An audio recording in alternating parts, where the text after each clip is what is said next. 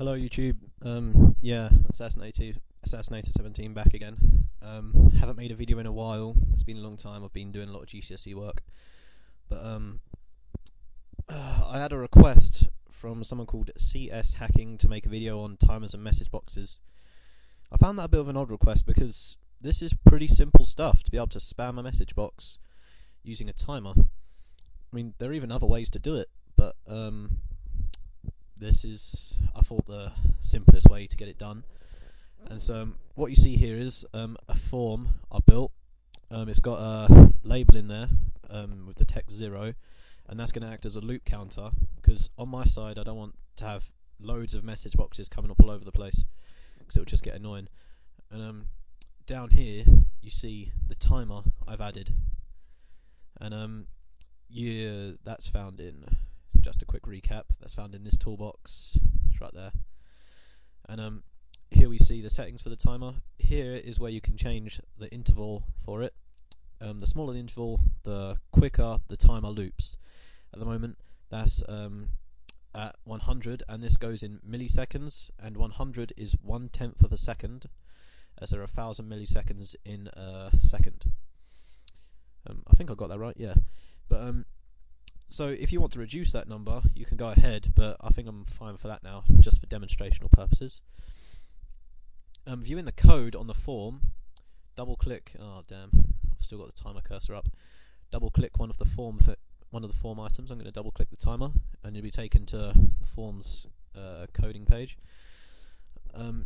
Here we have the code for my loop counter, which is pretty simple stuff. As I learned, it turns out that if you have this line message box above the loop counter code, then it doesn't function as well. I'll show you that in a second.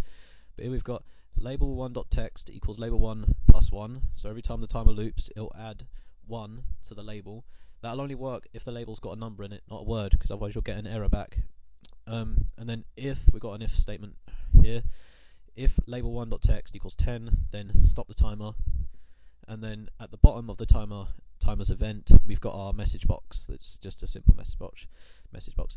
And here you would have got this event up by double clicking the timer, but to show this little bit of code, you'd have had to go into form 1's events and then scrolled down around here to find the load event, and then once you've clicked that, that would have come up.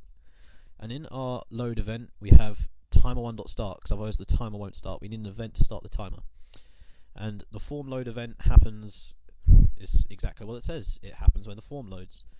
So let's just show you what happens when we debug it. As you saw, the timer was going up. Well, you might not have seen it. I've got small screen size going at the moment.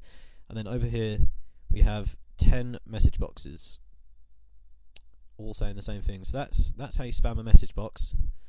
Just for demonstrational purposes, I'm going to move this under there, and let's see what happens now.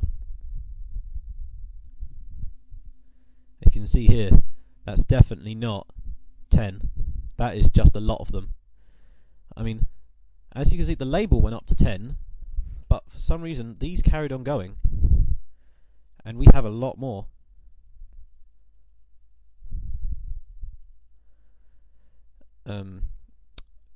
Yeah, a lot more. So as it turns out, as we discovered, loop counters is pretty important. Placement of them. Let's just paste that back in where it used to be. And just to cover all of it in this video, if the label's text is not a number, let's change the label's text to just hi. So we've changed that to a word. When we debug, we should be getting an error now. See, look, we're going back to the coding page, egg timer, run timer, got an error here. And then see, this is what it's saying, you can't convert a string to a number, can't do it. Unless you have a conversion statement, but I don't have one of those going. So I believe that's all covered. This is pretty simple. This will not cause any harmful damage unless they're working on some work and and they don't want to be interrupted. But if you're going to get a program onto someone's computer for the intent of being malicious, this really won't do anything. I mean, not a lot of point in this, but it can be fun. And if you're looking to start out programming, maybe this can help you. This can be done in multiple languages: VB Script, Microsoft Visual Basic, C#, C++, Python, Batch. It can be done in pretty much anything message boxes. But that's all for now. I'm going to try and make another video soon. Yeah, see you later.